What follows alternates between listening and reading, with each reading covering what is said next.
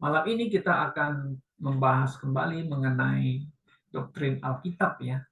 Nah, jadi temanya adalah 7 simbol dari kitab suci. Mari kita baca firman Tuhan dari 2 Timotius pasal 3 ayat 15 sampai 17.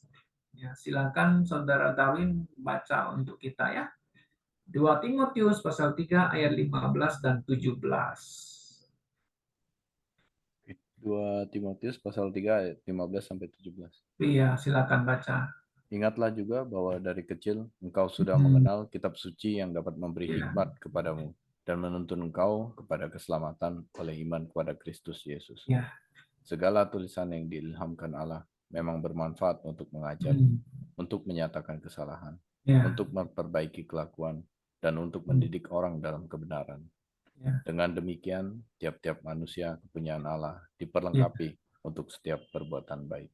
Demikianlah firman Tuhan. Amin. Mari kita berdoa. Terima kasih Tuhan, kami boleh ya bersama-sama kembali bersekutu, mau berdoa bersama dan juga mau bersama-sama belajar firman-Mu. Kiranya Roh Kudus pimpin kami dalam kebenaran-Mu sehingga kami boleh hidup dalam firman dan memuliakan Tuhan kami Yesus Kristus. Dalam namanya kami berdoa. Amin. Saudara-saudara yang saya kasih dalam Tuhan Yesus Kristus, pada akhir sekarang ya, akhir zaman ini banyak gereja, banyak orang Kristen mulai mempertanyakan mengenai Alkitab. Apakah Alkitab kita, kitab suci kita reliable atau dapat dipercaya atau tidak?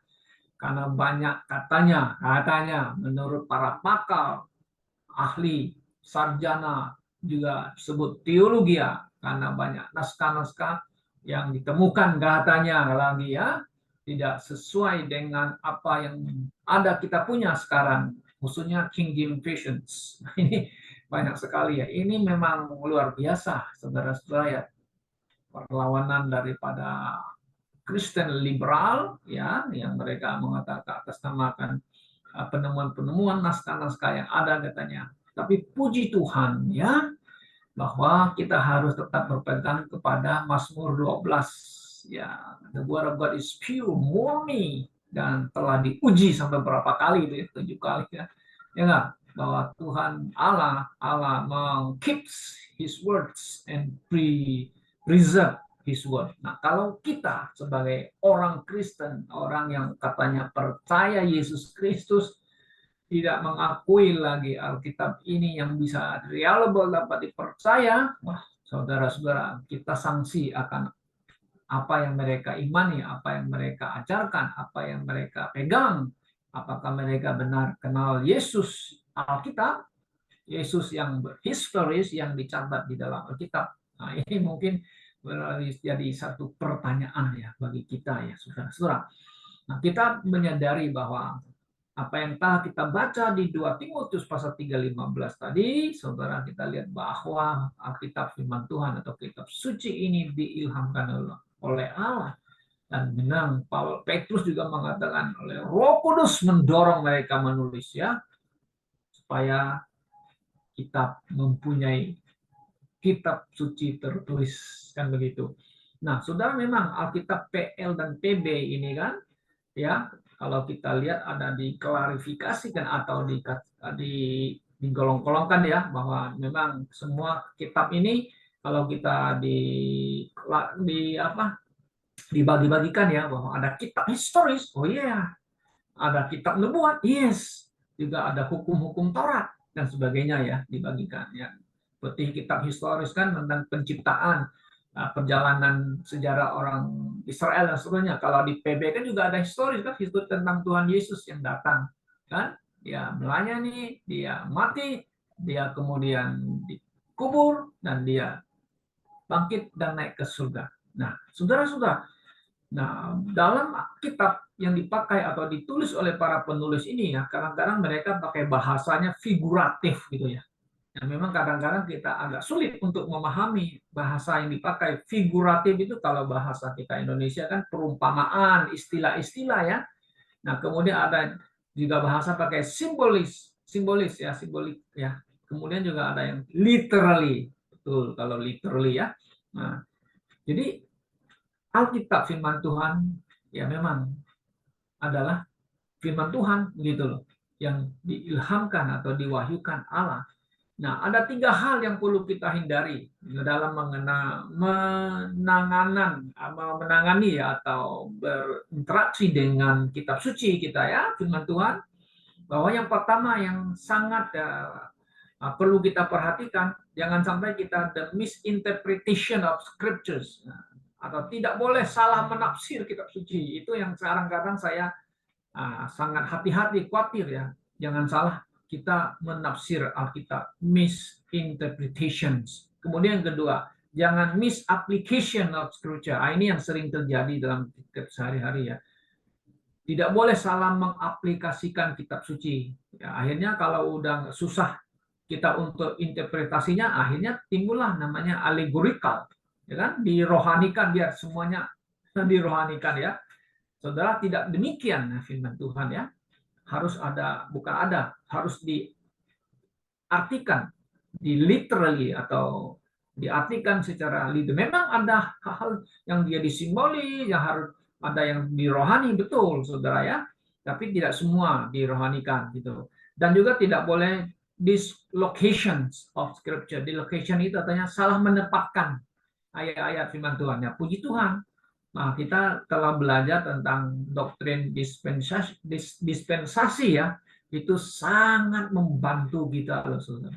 Ya, kalau orang Kristen yang tidak belajar dispensasi, katanya dispensasi itu tidak alkitabiah, ya makanya timbullah, ya kan, misinterpretation, timbullah misapplication, lagi timbullah dislocation of scriptures gitu.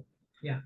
Nah, setelah kita lihat bahwa Alkitab firman Tuhan yang telah diberikan kepada kita adalah untuk di mana Allah ingin menyatakan dirinya kepada manusia, dan di akhir zaman dia menyatakan diri melalui Yesus Kristus ya, khususnya kepada orang Yahudi dan kepada kita sekarang gitu loh, kepada orang-orang yang percaya kepada Yesus melalui Yesus. Memang kita tidak melihat Yesus sekarang kan, dia kembali ke surga. Nah, satu hal yang diucapkan oleh Tuhan Yesus, ya, dia berkata kepada Thomas, karena kamu melihat, kamu percaya. Itu Yohanes pasal 20 ayat 29. Ya, akhirnya Thomas mengatakan, nah, ini kalimat juga penting saudara ya. Ini jadi statement of faith ya. Thomas mengatakan, "Ya Allahku, ya Tuhanku." Dia tidak mengatakan, "Ya Tuhan, ya Tuhan, ya Tuhan." Kalau saudara perbandingkan kalimat ini dengan Matius pasal 7 ayat yang ke-22-23 ya. Ada orang memanggil Tuhan, Tuhan, Tuhan, Tuhan. Nah, ini beda nih. Ini kalau mau diselidiki, ini sangat dalam ayat yang disebut Tuhan, my God and my Lord, ada kata my. Nah, beda dengan itu Tuhan Tuhanku. Nah, makanya Tuhan bilang, aku nggak kenal kamu. Why?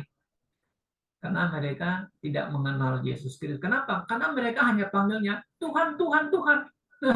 Orang Kristen, yang aplikasinya kita orang Kristen yang setelah percaya kepada Yesus, maka kita panggil my God, my Lord. Nah, itu saudara, itu sangat teologi yang sangat dalam meaning bagi kita orang percaya. Ya, my God and my Lord. Itulah personal relasi kita dengan Tuhan kita Yesus dan dengan Allah Bapa. Nah, saudara, kita lihat Alkitab dari kitab Kejadian sampai kitab Wahyu. Kita mengatakan firman Tuhan yang tertulis adalah kitab suci yang tidak ada salah dan keliru, inerrancy and invaluable. Nah, ini yang kita percaya. Tapi banyak orang nggak percaya itu, saudara-saudara.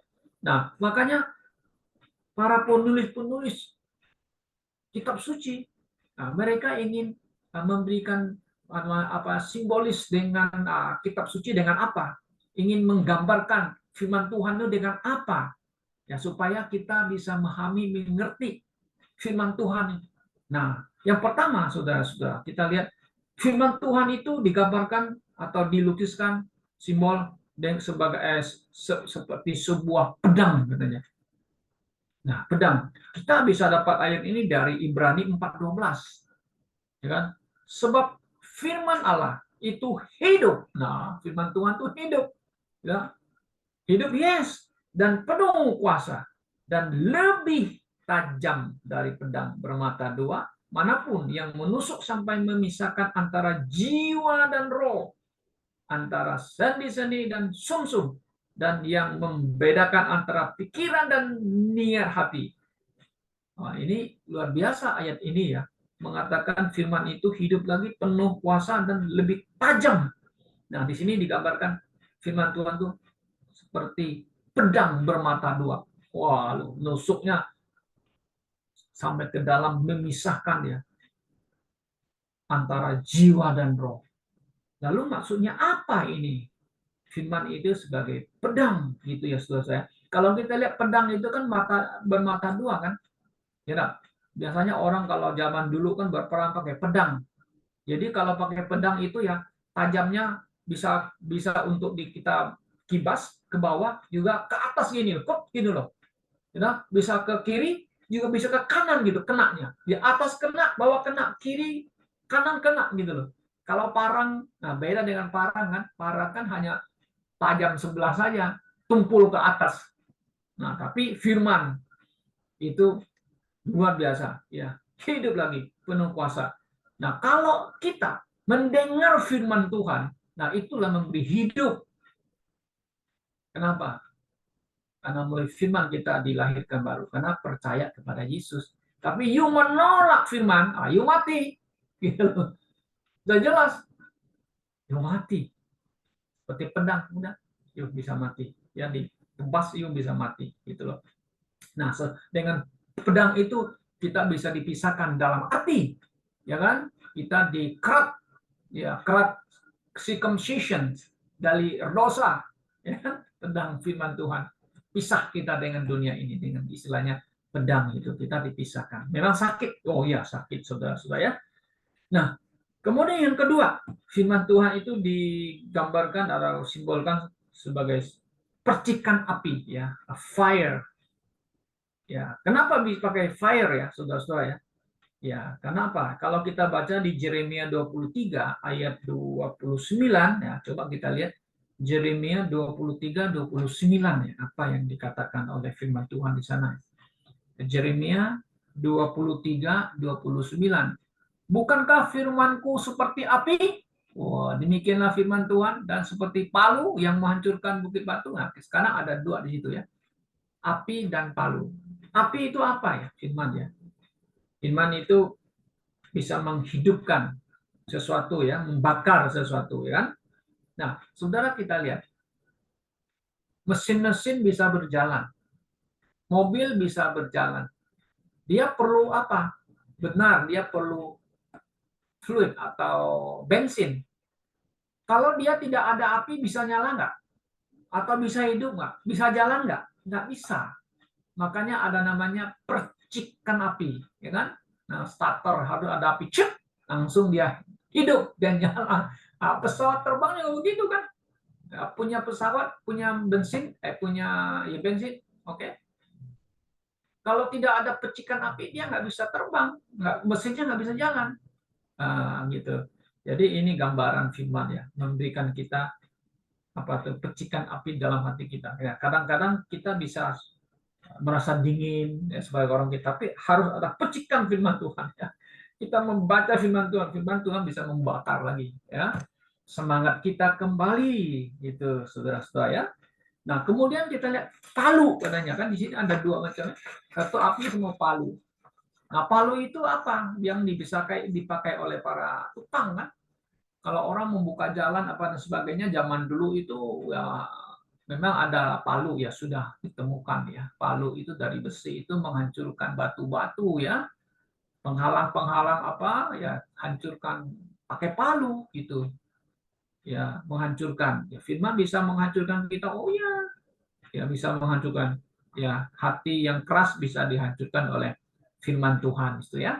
Oleh firman Tuhan. Kalau kita baca dengan firman Tuhan, hati kita yang keras akhirnya bisa diluluhkan oleh hammer atau palu. Nah, kemudian firman Tuhan juga digambarkan sebagai sebiji benih. Seed. Seed itu kalau tidak ditanam dia tidak hidup ya. Itu enggak? Nah, makanya para petani itu harus beli benih-benih untuk tanam jagung lah, untuk harus tanam. Ya.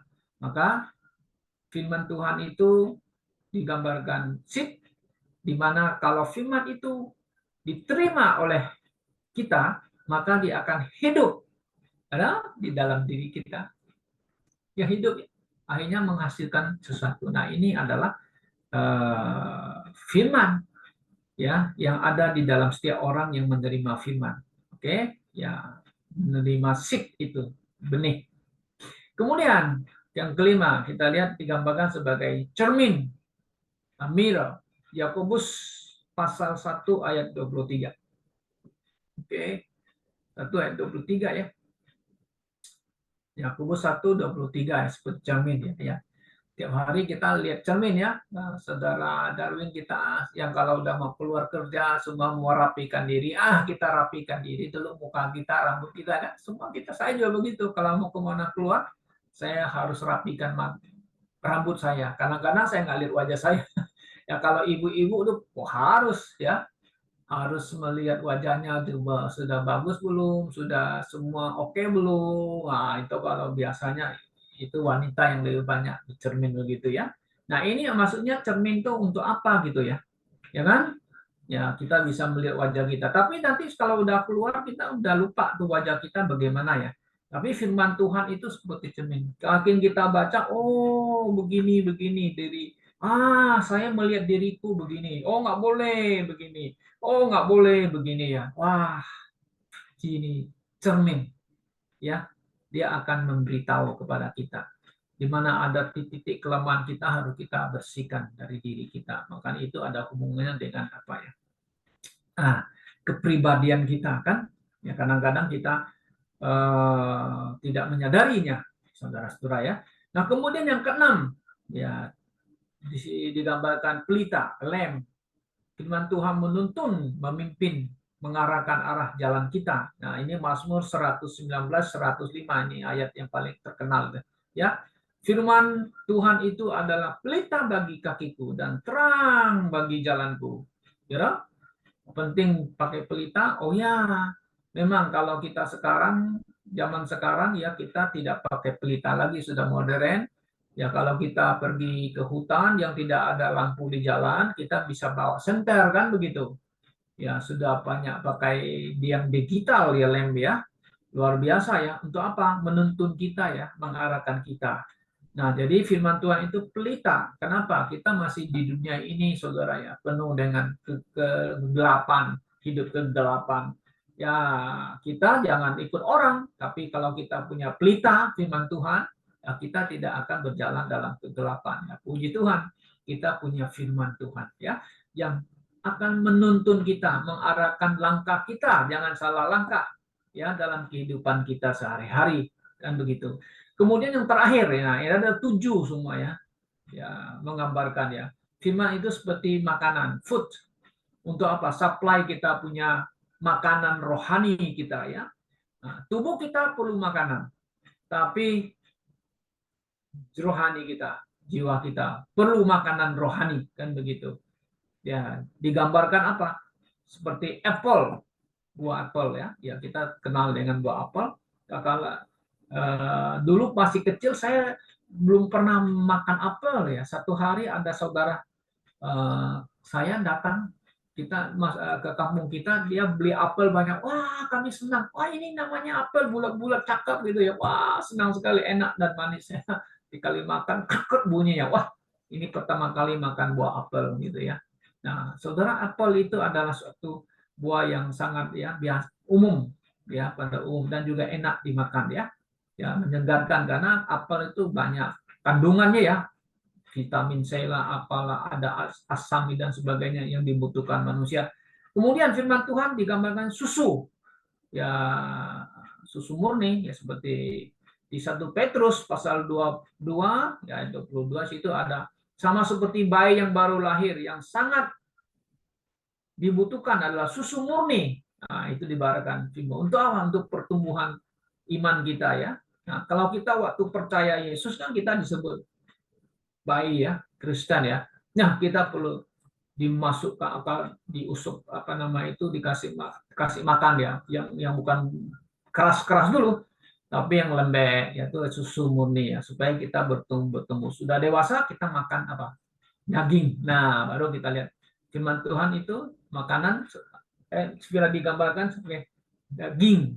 Nah, Paulus mengatakan ya di 1 Korintus 3:2, aku telah memberikan kamu minum susu dan bukan makanan padat katanya. Nah, sebab sampai saat ini kamu belum dapat menanggungnya. Sekarang pun kamu belum bisa menanggungnya. Kamu harus memerlukan susu, bukan makanan yang keras. Ya, kalau kita sudah jadi orang Kristen yang dewasa, ya kita harus makan makanan yang keras. Ya. Kemudian digambarkan roti. Ya, firman itu seperti roti. Matius 4:4. Ini iblis mencobai Yesus kan. Jika kamu anak, ayo bikin itu batu jadi roti, ya kan? Nah, maka Tuhan Yesus mengatakan di Matius 4:4 itu, ada tertulis manusia hidup bukan dari roti saja, tapi dari setiap firman yang keluar dari mulut Allah. Oke, firman itu dibakarkan roti. Oke, kemudian madu, firman seperti madu, honey, itu Mazmur 19 ayat 10. Setiap orang tahu apa itu madu. Itu madu minuman yang apa jus, bukan jus lah. Artinya satu liquid apa minuman yang sangat enak, yang penuh dengan namanya apa ya, vitamin di dalamnya ya. Itulah nama madu ya. Makanya sampai hari ini itu madu ini merupakan satu minuman yang paling sehat ya, dan juga yang paling banyak namanya vitamin di dalamnya. Madu. Oke, nah, firman Tuhan itu bagai madu ya. Makin kita baca, makin kita belajar, ya pakai madu kita ya. Oke, kemudian air, ya betul. Air, firman itu bagai air ya. Ya, Efesus 5:26, supaya dia menguduskan dan menyucikan dengan memasukkan dengan air dari firman. Firman ya. Nah, itu melalui firman. Firman itu juga air bersih, membersihkan kita punya karakter ya. Bersih kita punya apa yang ada kotor itu firman yang bisa membersihkan. Oke. Kemudian disebut firman itu disebut galah, tongkat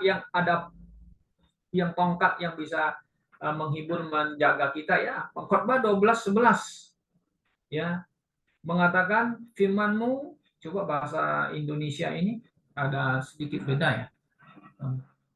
Khotbah 12:11, kata-kata orang berhikmat 12:11. Kata-kata orang berhikmat seperti kusa dan kumpulan-kumpulannya seperti paku-paku yang tertancap diberikan oleh satu gembala. Nah, ini agak sedikit ya, kalau bahasa King James-nya the word of wise. Firman itu bijak ya, seperti goats ini sebenarnya gala. Gala itu kalau kita ngecek itu gala itu tongkat itu ya, sudah tongkat ya. Ada terus dia ada paku-pakunya yang gitu ya, di situ untuk apa? Ya, untuk menjaga domba dari serangan daripada serigala. Nah, itu juga termasuk Mazmur 23 ayat 4. Ya, gadamu dan tongkatmu itu yang menghibur aku, puji Tuhan. Nah, ini digambarkan ya, firman itu. Gawah tongkat itu ya. Nah, jadi saudara-saudara yang dikasihi dalam Tuhan Yesus Kristus, kita lihat bahwa Alkitab disimbolkan ada 7 ya, 7 disebut sebuah pedang, percikan api, kemudian ada palu, ada biji benih, seed ya, kemudian cermin, pelita, dan makanan. Tapi kalau kita baca kembali firman Tuhan di dalam 2 Timotius pasal yang ke-3, ayat yang ke-17, saudara mengatakan, kita bisa menemukan bahwa firman Tuhan itu, coba kita lihat ya, ayat yang ke-16, oke, kita baca ayat ke-11, segala tulisan yang diilhamkan Allah memang bermanfaat, ya kan? Nah, ini ada manfaatnya ya, inspirasi ya, oke, profitable ya, manfaat ya. Untuk apa semuanya sebenarnya? menyatakan kesalahan. Oh, gitu ya. Firman Tuhan, ya menyatakan kesalahan kita. Mungkin kita udah salah langkah, salah jalan. Firman Tuhan, ya akan mengoreksi kita untuk memperbaiki kelakuan kita. Sudah perhatikan, kelakuan itu apa? Ada hubungannya apa ya? Kelakuan itu ada hubungannya dengan kita punya conduct, kita punya karakter, kita punya attitude, ya kan? Nah, kalau sekarang kan kita lihat tuh ramai kan ya mengenai perdebatan yang cawapres itu kan, anak muda itu kan yang dibully-bully orang sekarang ya. Nah, itu harus dikoreksi orang gitu. Karena apa? Kurang etika katanya, ada hubungannya lagi ya. Nah, tidak menghormat yang lebih tua kan dan sebagainya. Oke. Kemudian untuk mendidik orang dalam kebenaran. Nah, firman Tuhan tuh mendidik kita dalam Tuhan. Nah, dengan demikian tiap-tiap manusia kepunyaan Allah diperlengkapi untuk setiap perbuatan baik. Nah, untuk apa semuanya? Ya, ada supaya kita bisa menjadi alat Tuhan untuk perbuatan yang baik dan memuliakan namanya. Kiranya Tuhan memberkati kita pada malam hari ini. Mari kita menjadi orang Kristen yang menjunjung tinggi Alkitab kita, firman Tuhan ya. Ya, dialah Alkitab adalah firman Tuhan yang kita butuhkan pada zaman ini. Kiranya Tuhan memberkati kita semuanya. Mari kita berdoa.